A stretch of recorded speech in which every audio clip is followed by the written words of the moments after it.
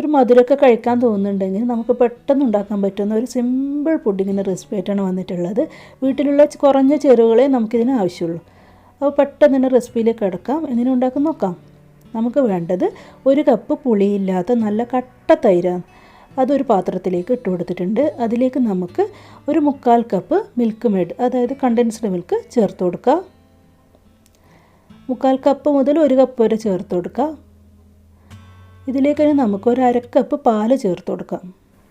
ഞാനിപ്പോൾ ഈ condensed milk എടുത്ത ഈ ഒരു മെഷറിംഗ് കപ്പ് തന്നെയാണ് പാലെടുത്തിട്ടുള്ളത്. ഇതൊരു 1/2 കപ്പ് പാലാണ്. അത് ഇതിലേക്ക് ഒഴിച്ചു കൊടുക്കാം. ഇനി നമുക്ക് വേണ്ടത് കോഫി പൗഡറാണ്.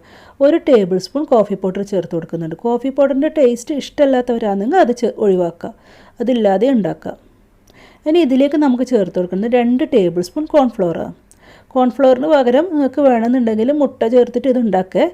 2 മുട്ട ചേർത്തിട്ട് ഉണ്ടാക്കുക കോൺഫ്ലോറിന് പകരം.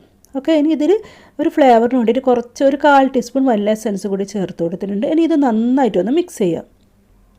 നമ്മുടെ കോഫിയൊക്കെ നന്നായിട്ടൊന്ന് മിക്സ് ചെയ്യണം. ഞാനിവിടെ ഇൻസ്റ്റാൻറ്റ് കോഫി പൗഡറാണ് ചേർത്തത്. അതാകുമ്പോൾ നമുക്ക് പെട്ടെന്ന് മിക്സായി കിട്ടും.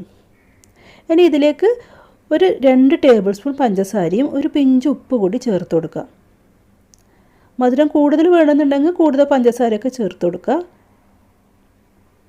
ഇനി നന്നായിട്ടൊന്ന് മിക്സ് ചെയ്തെടുക്കാം. ഇതുപോലെ ഹാൻഡ് വിസ്ക് വെച്ചിട്ടോ സ്പൂൺ വെച്ചിട്ടോ നന്നായിട്ടൊന്ന് മിക്സ് ചെയ്യുക. അപ്പോൾ ഇത് മിക്സ് ആയിട്ടുണ്ട്. ഇനി നമുക്ക് ഇതുപോലെയുള്ള ഒരു സ്റ്റീലിൻ്റെ ബൗളോ ഏതെങ്കിലും ഒരു പുഡിങ്ങിൻ്റെ ഡിഷ്, അതായത് സ്റ്റീം ചെയ്യാൻ പറ്റുന്ന ഒരു പാത്രത്തിൽ ബട്ടറോ ഗീയോ വെച്ചിട്ട് നന്നായിട്ടൊന്ന് ഗ്രീസ് ചെയ്തെടുക്കാം. ഞാനിവിടെ ഗീ വെച്ചിട്ടാണ് ഗ്രീസ് ചെയ്യുന്നത്. ഇനി ഇതിലേക്ക് നമ്മുടെ പുഡിങ് മിക്സ് ഒഴിച്ചു കൊടുക്കാം. കോഫി പൗഡറൊക്കെ നന്നായിട്ട് മിക്സ് ആയിട്ടുണ്ട്. ഇനി പണിയൊന്നുമില്ല, നമുക്കിത് സ്റ്റീം ചെയ്യാൻ വേണ്ടിയിട്ട് വെക്കാം. ഒരു സ്റ്റീമറിലേക്ക് വെച്ച് കൊടുക്കുക.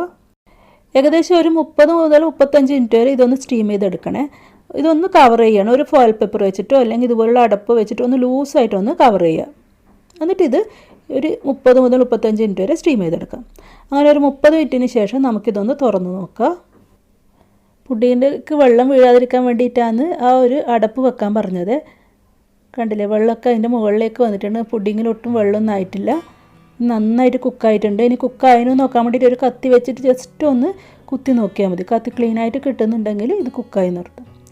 അപ്പോൾ ഒരു 30 മിനിറ്റ് ഉടനെ ഇത് റെഡി ആയിട്ടുണ്ട്. ഇതിന് നമുക്ക് ഈ ഒരു പാത്രത്തിൽ നിന്ന് മാറ്റാം. ഇനി ഇത് നന്നായിട്ട് ചൂടാറിയതിന് ശേഷം മാത്രമേ ഡീമോൾഡ് ചെയ്യാൻ പാടുള്ളൂ. ഞാനിപ്പോൾ ചൂടോടുകൂടി തന്നെയാണ് ഇത് സെർവ് ചെയ്യുന്നത്. നിങ്ങൾക്ക് വേണമെന്നുണ്ടെങ്കിൽ ഫ്രിഡ്ജിൽ വെച്ചിട്ട് തണുപ്പിച്ചിട്ടും കഴിക്കാം. അപ്പോൾ വീഡിയോ ഇഷ്ടമായിട്ടുണ്ടെങ്കിൽ ലൈക്ക്, ഷെയർ, കമൻറ്റ്സ്, സബ്സ്ക്രൈബ് ഒക്കെ ഒന്ന് ചെയ്യുക. Thank you. അസ്സലാമു അലൈക്കും.